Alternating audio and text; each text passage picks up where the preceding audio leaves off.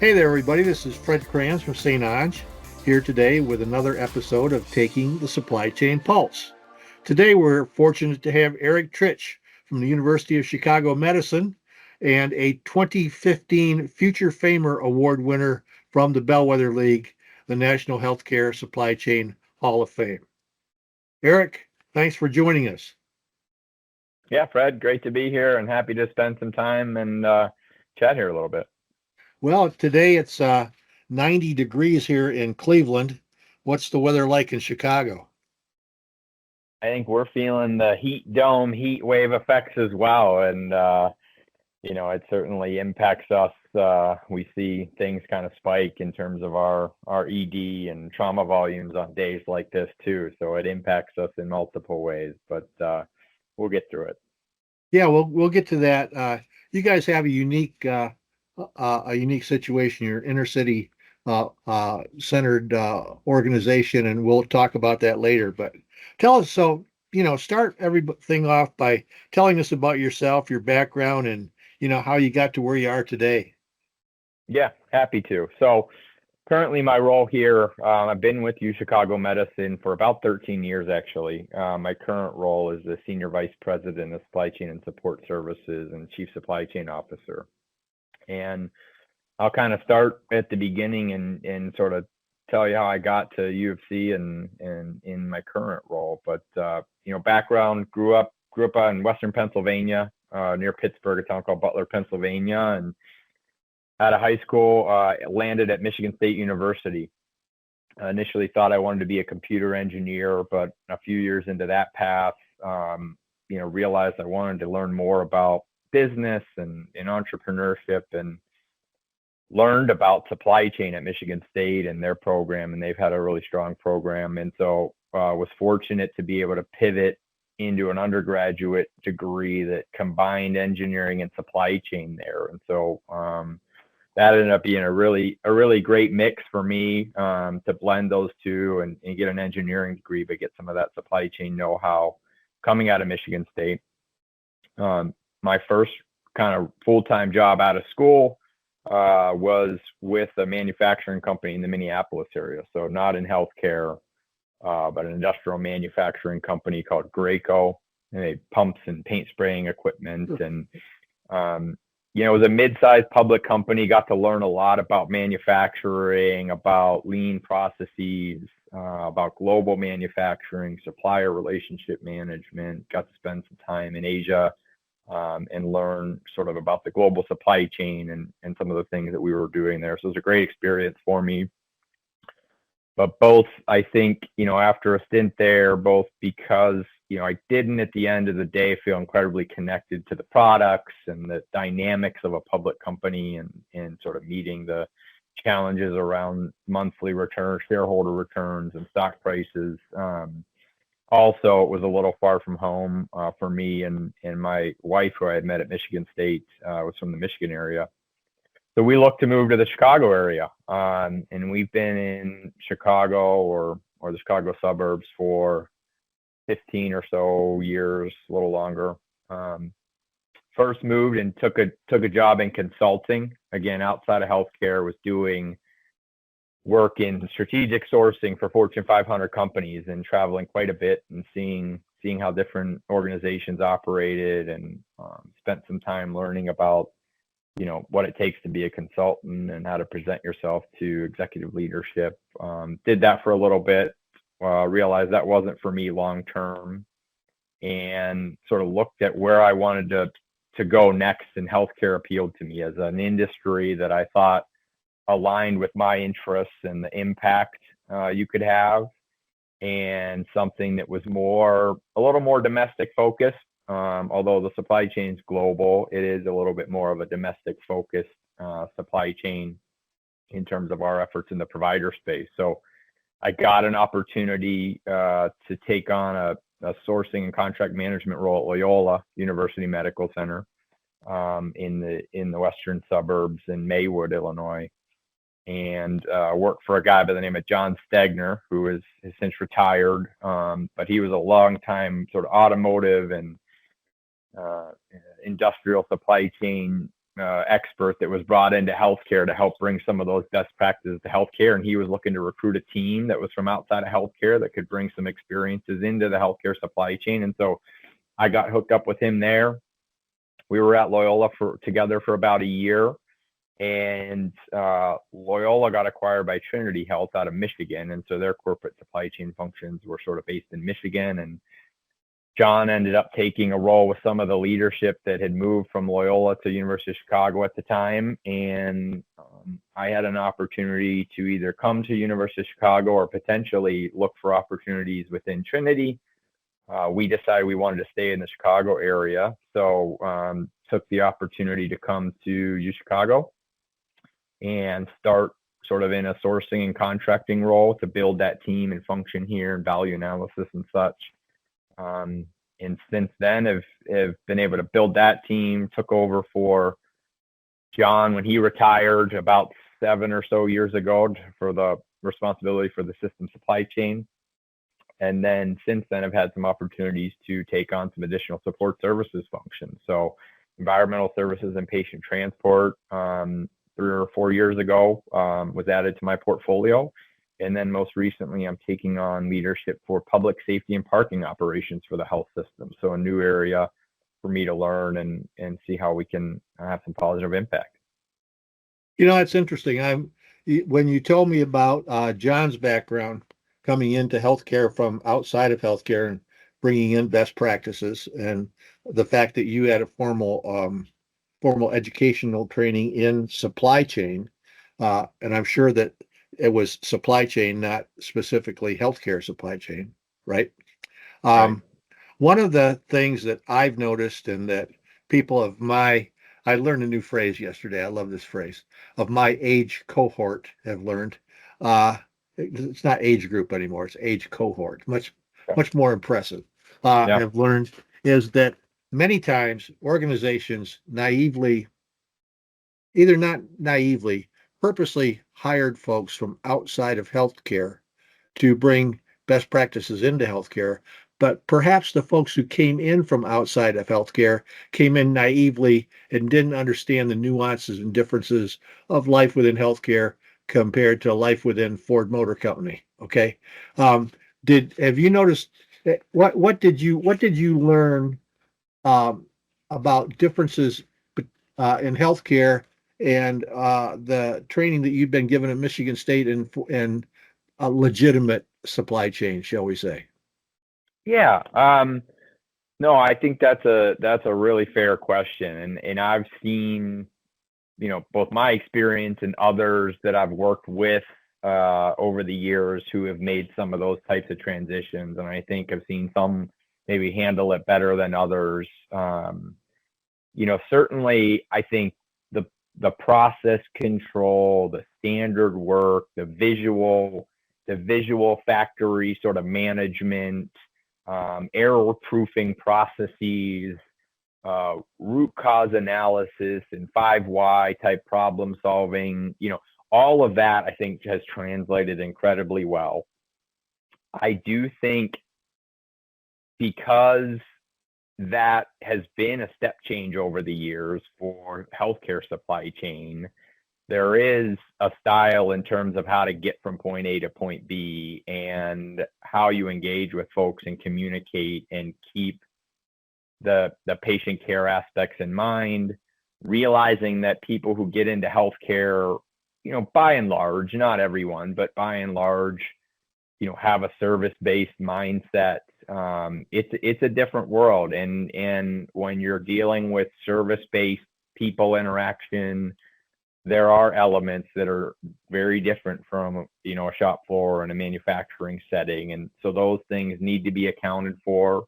Even things as simple as terminology. I think, I found very, very early on, there were some terminology that in a non-healthcare setting, people would be very comfortable with, but things that, someone might say that, you really need to think about in a healthcare environment, when you talk about operations and processes and problem solving. And but I think I've seen where there's a lot of opportunity both from the sort of automotive and in industrial manufacturing sector, but also from the retail supply chain. I found a ton of overlap and opportunity in terms of how, retail demand planning works and, thinking about, shelf presence that we sort of have within healthcare that more aligns to a retail supply chain and, the distribution logistics of a retail supply chain, I think translate in some cases more to, health system than, some of the upfront sort of manufacturing type operations as well. But generally, I've found there to be a lot of value in it. It's been more about sort of the style and approach and being able to meld those cultures together. Yeah, it's interesting. I think that you started out sort of linearly, with the exception of the fact that you didn't start out in supply chain immediately, but you started out in a linear thing from your education to entree to doing work, whereas many of the other folks that I was talking about were stars in some other industry who'd been in the other industry for 25 years and came into healthcare and could not understand what Yogi Berra once said, that baseball is 90% mental and the other half is physical. And I think that in healthcare, the supply chain is 90% human interaction and understanding the needs of the people you're serving, and the other half is technical. And my observation about those who have failed coming from the outside is that they thought it was just a direct one-for-one transference of doing what they did over here to doing it in healthcare. And and you've been fortunate enough to have come in with a formal background, a formal training, and with a mind open enough to learn the interpersonal skills that are required. Yeah. No, and when you're dealing with sort of people interaction, and we spend a lot of time in our operations trying to, intentionally say, how can we take the people as much out of the process as possible? Because often that's where our processes sort of fail, because trying to get a large number of folks to be trained and follow a consistent process can be difficult. So we try to airproof that, minimize the interaction, and have things to sort of foolproof that. And that's often where we see some of the breakdown. But really challenging our teams to, not get defensive about things and seek first to understand before we say, well, this process, if they just follow the darn process, everything would work great. And it's, well, let's look insular and let's not sort of jump to blame others versus, thinking about what could be done differently and really, thinking, and this isn't just in healthcare supply chain, but in all aspects of healthcare, the sort of people-centered design. How do you make things work the way people think they should work so that, they're not having to fight against their intuitions around things. So. Yep. Yeah, that's a great point. I was at a conference, and I forgot which one it was. I don't know if it was the RM conference or whether it was an IDN summit, but Dr. Thomas Fisher spoke there. And I know you're familiar with him. He's a University of Chicago guy. He wrote a book called The Emergency. And the book was sort of his mental and psychological experience through the pandemic. Uh, an inner city hospital where you have a whole bunch of cohorts that are susceptible to the pandemic. What was the experience like there for you during that time?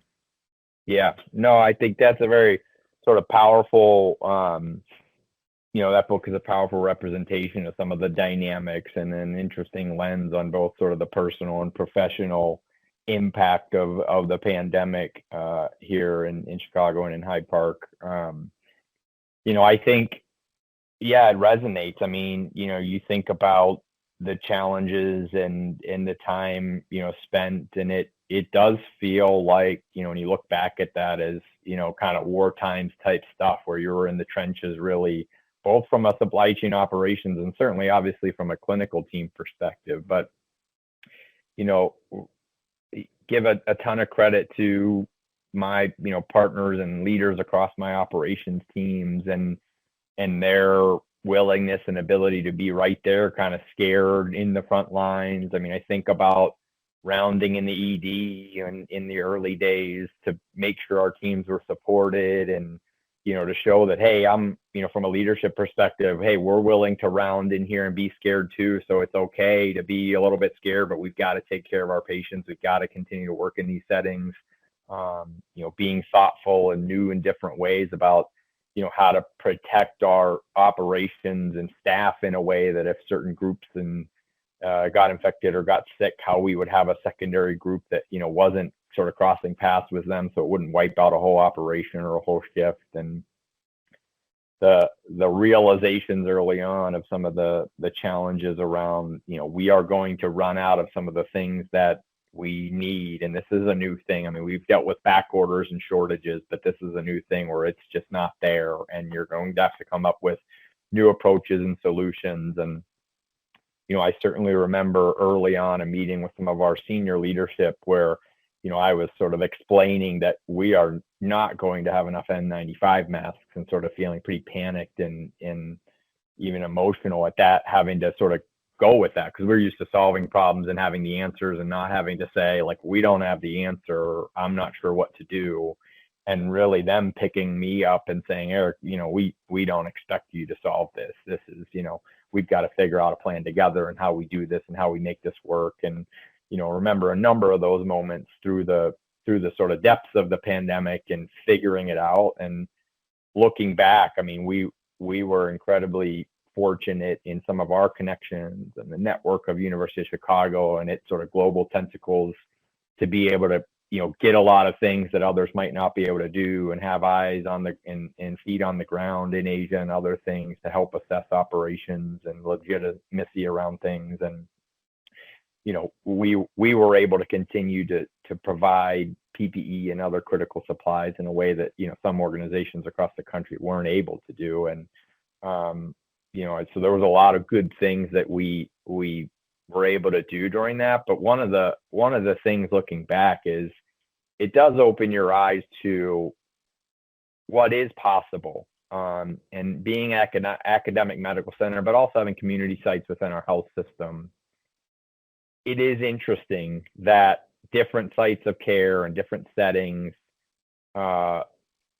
do things differently and have different expectations around what supplies and equipment are necessary. But, when faced with, different barriers or challenges, what can be done to still preserve solid clinical care with a very different approach to what's needed from a supply and equipment perspective, and how you can make things work. And so I think that opened my eyes to, how we can sort of challenge assumptions and because it's, well, here's clinically how we do it. That doesn't necessarily mean that's the only way to do it. And, it did open my eyes to some of that, and open my eyes to some of the partners in how we can look at those things. And certainly from opened our eyes in terms of something that we did see coming, I think around Hurricane Maria, and we were really focused on resilience coming out of that and the impact in Puerto Rico. But the,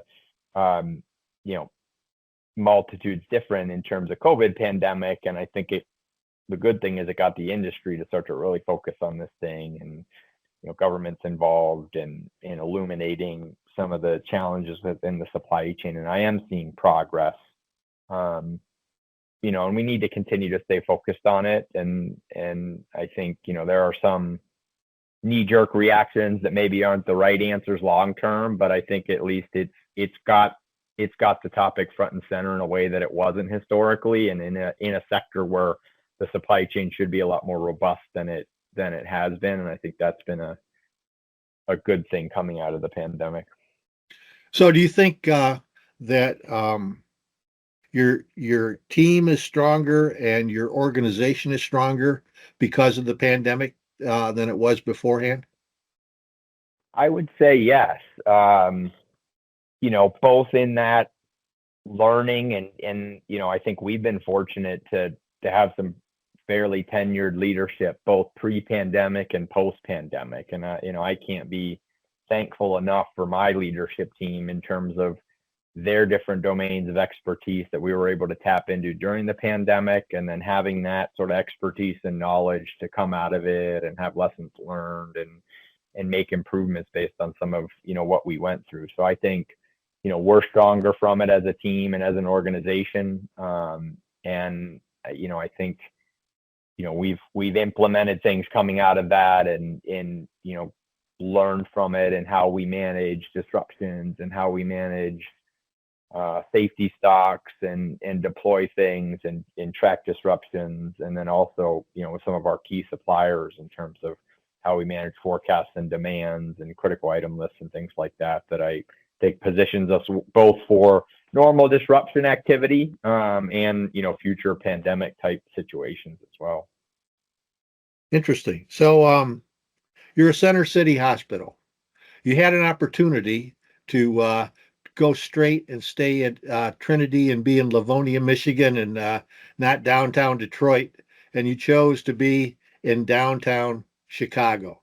I once led the supply chain at Metro Health in Cleveland, which is the county hospital, the hospital that gets all the patients that nobody else wants, that the clinic in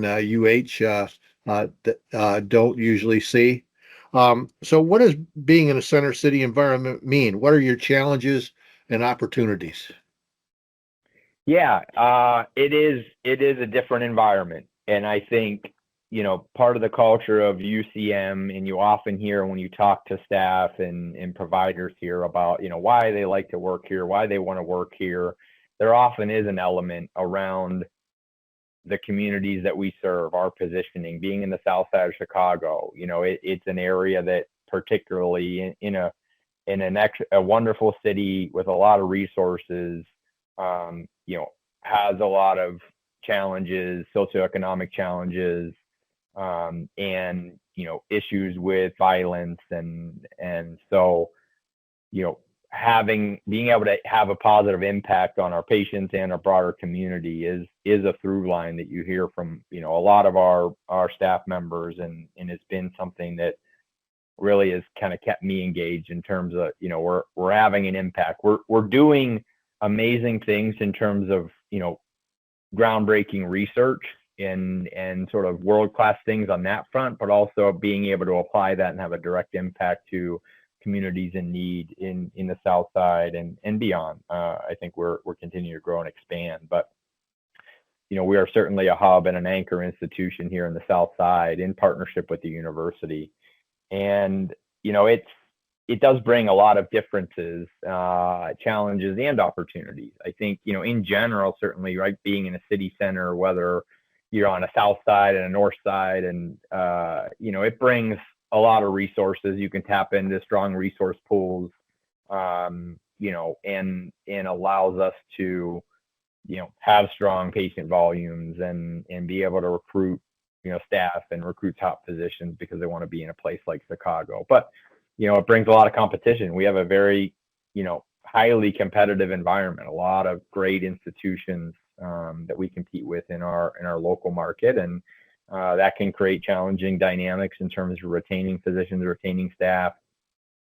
I would say we have challenges in terms of our payer mix. Like you said,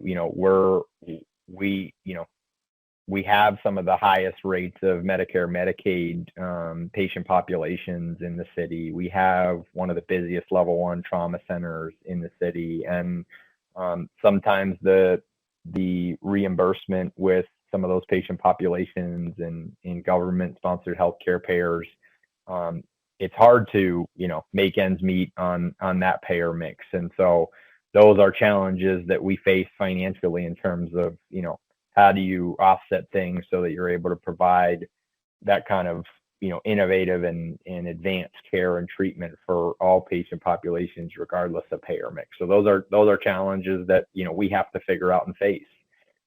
There's other challenges. I mentioned I'm taking over parking and public safety.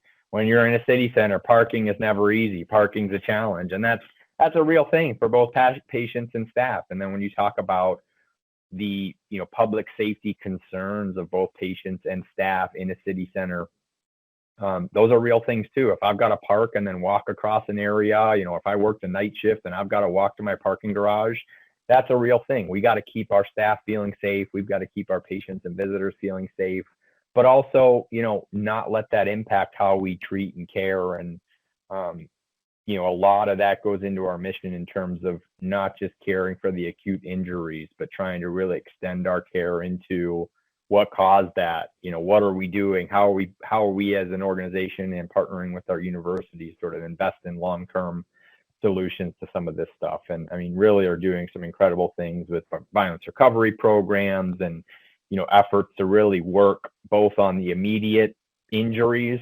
and treatment that's necessary for patients that come into our organization, but also the surrounding efforts and impacts, and what does that mean to family members and loved ones, and why did this happen, and what can we do to sort of support and prevent these things in the future and de-escalate. And so there's a lot of dynamics going on. There's dynamics in city centers with what people think about police presence and public safety, and how to work together to sort of provide safe environments, but recognizing those histories are real and those challenges are real and out there, and being thoughtful about how we provide safe environments and care for our patients at the same time.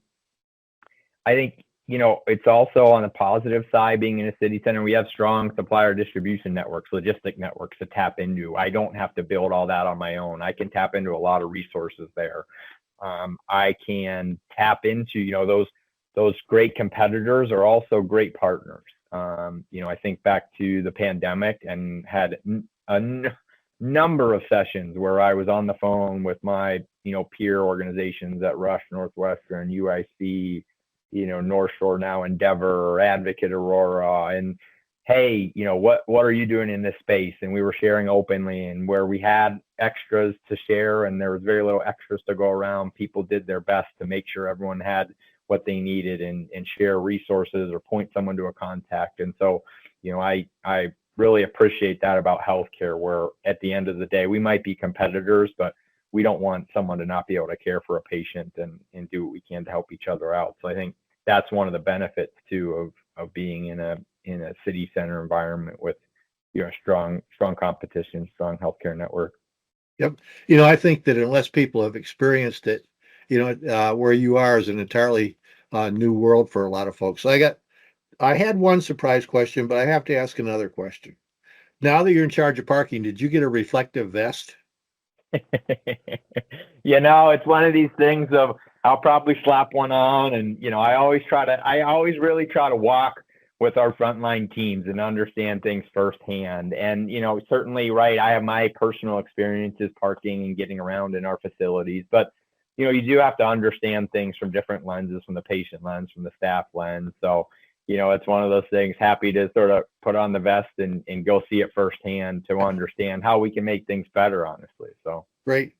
So here's my surprise question. I was looking at your LinkedIn page the other day, and I believe I saw that at one time you were the CEO, as Chief Executive Officer of the Green Gym Store. Okay, you start out at a young age and already you're a CEO. Why the heck would you want to leave that high position to go into the healthcare supply chain? So that's a good question, and something I've left on my LinkedIn profile because I think it was an interesting experience. But I will tell you, it's easy to be the CEO when you're a company of one. And that was an experience. I got my master's in business and actually ended up tagging on some healthcare supply chain, healthcare management sort of operations courses at the tail end. But I got my MBA from University of St. Thomas in Minneapolis, and they had a strong entrepreneurship program, which I really appreciated those classes to think about what it means to run a business and all aspects of a business. And part of that effort and journey was to sort of start up a business plan for a company, and that Green Gym Store was that iteration. So never really, was a profitable venture and anything of major substance, but it was a step in my career journey to sort of really pound the pavement, really talk to people, understand, try to meet a need, develop a business plan. And it got about as far as having a name and a logo and a website, not much more. but I keep it out there as sort of a, hey, this is something that I did at one point, and it was a cool experience. And I will say, one of the aspects full circle there is in sustainability. It's a key focus, for us in supply chain and for me personally at UCM, and I lead some of our efforts around driving more sustainable practices here. And so, I think back to some of what I learned when I, had the green gym store effort going. But You always learn something, no matter what it is you're doing. yep. My last question is, what did I miss that you'd like to talk about? Gosh, there's a lot going on in this industry and at UFC. I think the one thing that is, being talked a lot about out there, potentially to ad nauseum, is just kind of this, technology landscape and AI and automation. And I have a sense, I mean, we're talking a lot about it internally, both, across our senior leadership team and our supply chain leadership team, to say, how can we lean in? How can we try things? This is here.